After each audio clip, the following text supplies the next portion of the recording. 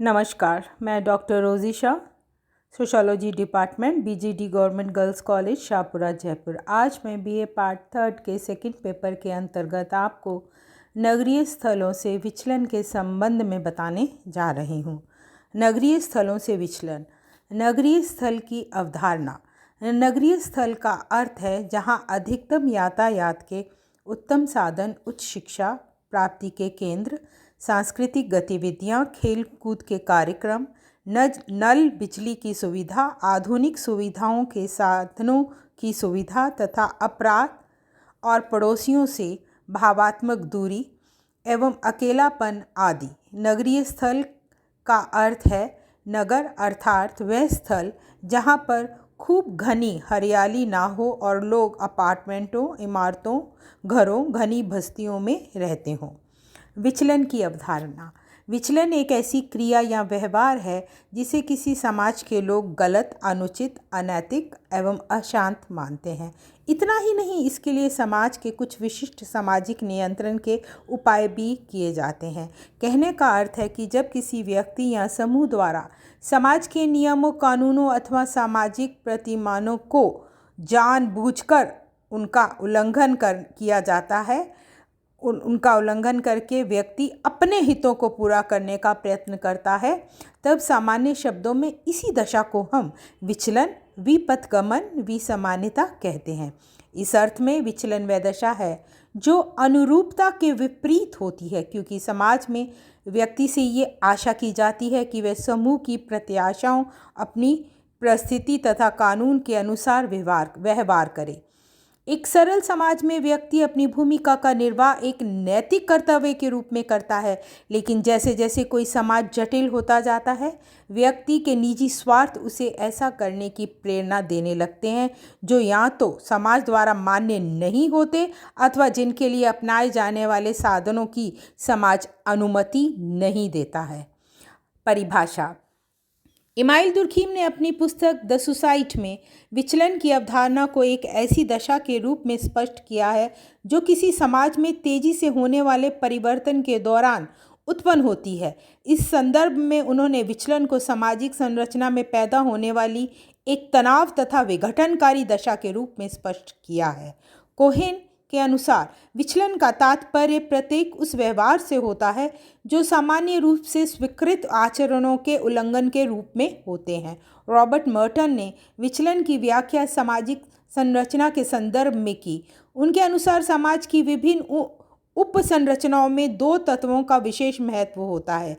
एक और वे लक्ष्य और पुरस्कार हैं जिन्हें महत्वपूर्ण मानते हुए समाज द्वारा उन्हें मान्यता दी जाती है, और दूसरी ओर समाज द्वारा व्यवहार के कुछ ऐसे तरीके अथवा साधन निर्धारित किए जाते हैं जिनके द्वारा व्यक्ति उन लक्ष्यों को प्राप्त कर सके। अनेक दशाओं के फलस्वरूप कुछ व्यक्ति जब समाज द्वारा स्वीकृत साधनों के द्वारा सामाजिक लक्ष्यों को प्राप्त नहीं कर पाते तो वे समाज द्वारा मान्यता प्राप्त नियमों का उल्लंघन करके भी उन लक्ष्यों को पाने का प्रयत्न करते हैं जिससे उन्हें एक उचित परिस्थिति और तरह तरह की सुख सुविधाएं प्राप्त हो सके। मर्टन के अनुसार इसी दशा को हम सामाजिक विचलन कहते हैं।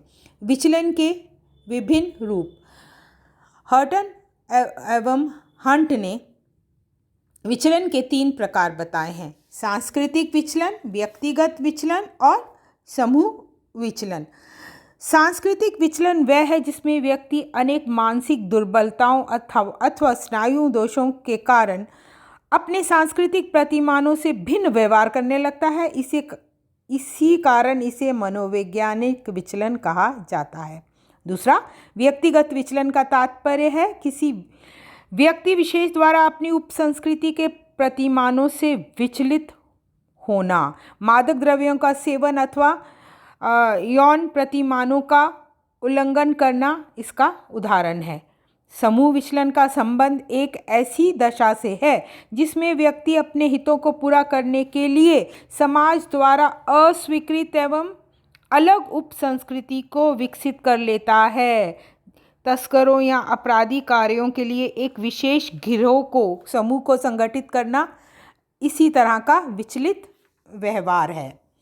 एडविन लेमर्ट ने दो प्रकार बताए हैं। प्राथमिक एवं द्योतिक विचलन का उल्लेख अपनी पुस्तक सोशल पैथोलॉजी में किया है, जिसमें हर्टन तथा हंट ने उसी रूप में स्वीकार कर लिया है इसे। जैसे मैं बताती हूँ, प्राथमिक विचलन वह है जो इच्छित या नियोजित नहीं होता, बल्कि कुछ विशेष परिस्थितियों या व्यक्तिगत लापरवाही का परिणाम होता है।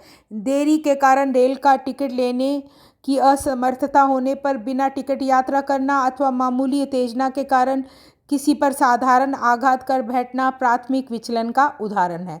द्योतिक विचलन एक ऐसी दशा है जिसमें व्यक्ति जानबूझकर सामाजिक प्रतिमानों अथवा कानूनों का उल्लंघन करता है तथा भविष्य में भी अपने आप को उस दशा से अलग नहीं कर पाता। ऐसे विचलन के लिए समाज द्वारा समूह बहिष्कार से लेकर जेल तक का कठिन दंड देने की व्यवस्था की जाती है।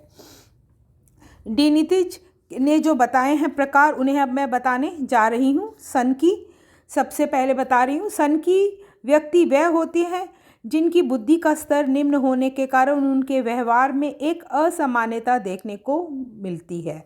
धार्मिक मूल्यों तथा नियमों का अस्वीकार करके उनका उल्लंघन करने वाले व्यक्ति को विधर्मी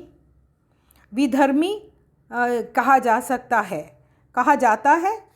मनोरोगी विचलक, अब ये मनोरोगी वह व्यक्ति होते हैं जिनमें किसी मानसिक बीमारी के कारण प्रतिशोध, पलायन या अनैतिकता की प्रवृत्ति बढ़ जाती है।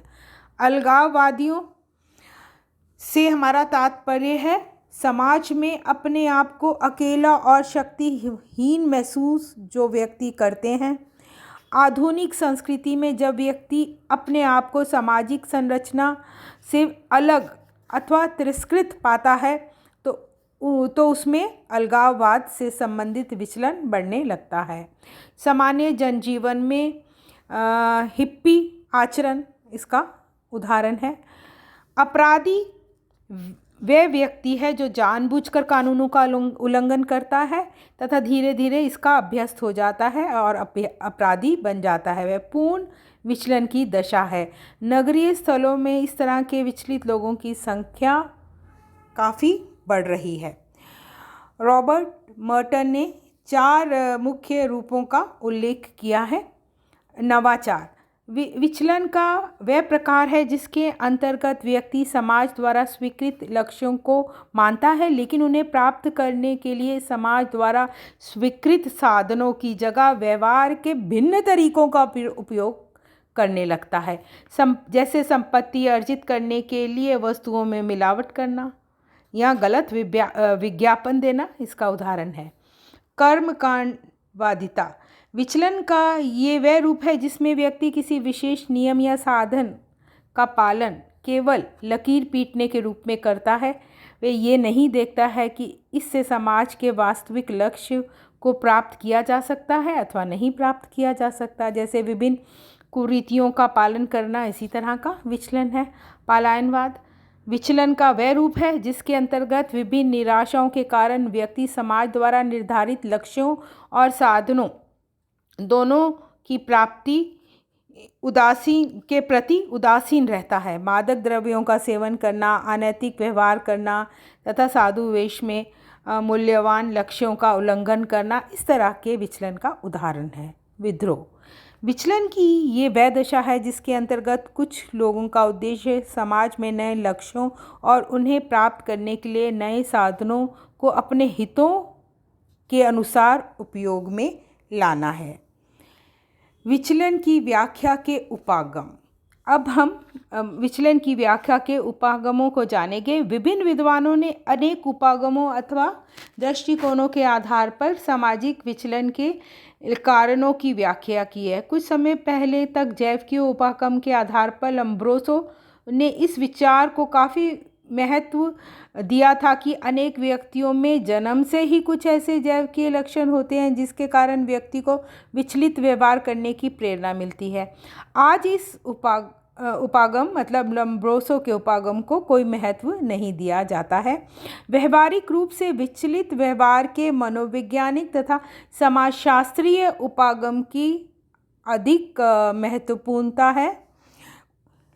चलिए जानेंगे मनोवैज्ञानिक उपागम। व्यक्ति के शारीरिक लक्षणों की तुलना में उसकी मानसिक विशेषताओं को अधिक महत्व इस उपागम के अंतर्गत दिया गया है। इसके अनुसार सामाजिक विचलन का मुख्य कारण व्यक्ति में कुछ ऐसे मानसिक दोष होना है जिनके प्रभाव से व्यक्ति जल्दी ही समाज द्वारा मान्यता प्राप्त व्यवहारों से भिन्न व्यवहार करने लगता है।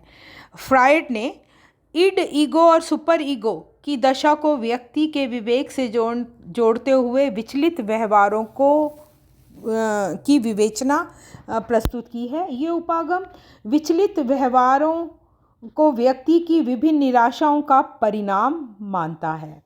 अब मैं आपको बताऊंगी समाजशास्त्रीय उपागम। इसके अंतर्गत मर्टन, सदरलैंड, बेकर तथा क्वीने ने विचार प्रस्तुत किए हैं। मर्टन ने विचलित व्यवहारों को प्रतिमानता के सिद्धांत के आधार पर स्पष्ट किया है। मर्टन के अनुसार सांस्कृतिक रूप से निर्धारित लक्ष्यों को प्राप्त करने के लिए जब समाज की संरचना व्यक्ति पर प्रतिकूल प्रभाव डालती है तो समाज में व्यवहार संबंधी नए मूल्य विकसित होने लगते हैं। इससे उत्पन्न होने वाले तनाव ही विचलित व्यवहारों को प्रोत्साहन देते हैं। सदरलैंड ने विभेदक सहचार्य सिद्धांत के आधार पर यह स्पष्ट किया कि जो व्यक्ति अपराधी संस्कृति वाले लोगों या समूहों के साथ जितने अधिक समय तक तथा जितनी घनिष्ठता के साथ रहता है उसमें विचलित व्यवहार की संभावना उतनी ही अधिक बढ़ जाती है।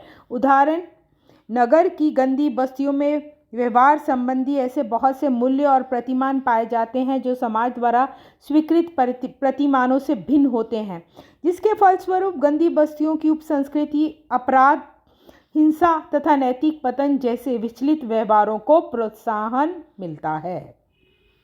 अब मैं बेकर के विचार बताने जा रही हूँ। बेकर ने लेबलिंग उपागम अथवा नामवादी उपागम के द्वारा ये स्पष्ट किया कि जब किसी व्यक्ति पर एक शराबी, जुआरी, चोर, स्मगलर जैसे शब्द का लेबल या ठप्पा लग जाता है तो ऐसा व्यक्ति स्वाभाविक रूप से विचलित व्यवहार की ओर बढ़ने लगता है।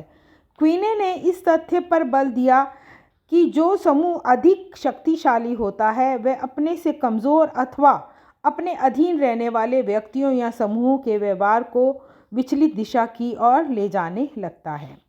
लेकिन वास्तविकता, अब मैं एक निष्कर्ष या निचोड़ आपको बता रही हूँ कि वास्तविकता ये है कि नगरीय स्थलों में सामाजिक विचलन को केवल कुछ सिद्धांतों के संदर्भ में ही नहीं समझा जा सकता।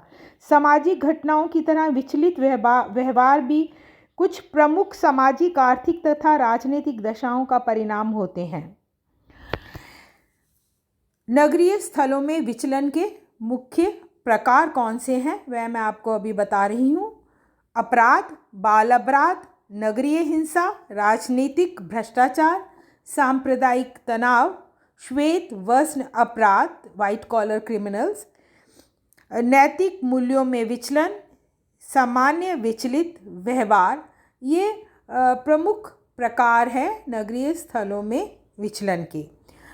नगरीय विचलन के कारण नगरों की गुमनामीता, सांस्कृतिक शून्यता, अलगाववाद की प्रवृत्ति, परिवार के नियंत्रण में कमी, आर्थिक असमानताएं, राजनीति का अपराधीकरण, प्रशासनिक उदासीनता, उपभोक्तावाद में वृद्धि, अपराधी गिरोहों के संगठन, ये वे कारण हैं जो नगरीय विचलन को उत्पन्न करते हैं। संक्षेप में वर्तमान में नगरीय स्थलों में विचलन एक विकट समाजशास्त्रीय समस्या बनती जा रही है। इसका प्रमुख कारण जनसंख्या एवं जनसंख्या के घनत्व में निरंतर वृद्धि है। विश्व में अनेक समाजों, समुदायों, कस्बों, नगरों और महानगरों में आर्थिक स्थिति खराब है, जिसके कारण नगरीय स्थलों में विचलन व्याप्त है। इस समस्या का समाधान तभी हो सकता है जब आर्थिक खुशहाली आए एवं समाज में गरीबी, बेरोजगारी आदि समाप्त हो जाए। धन्यवाद।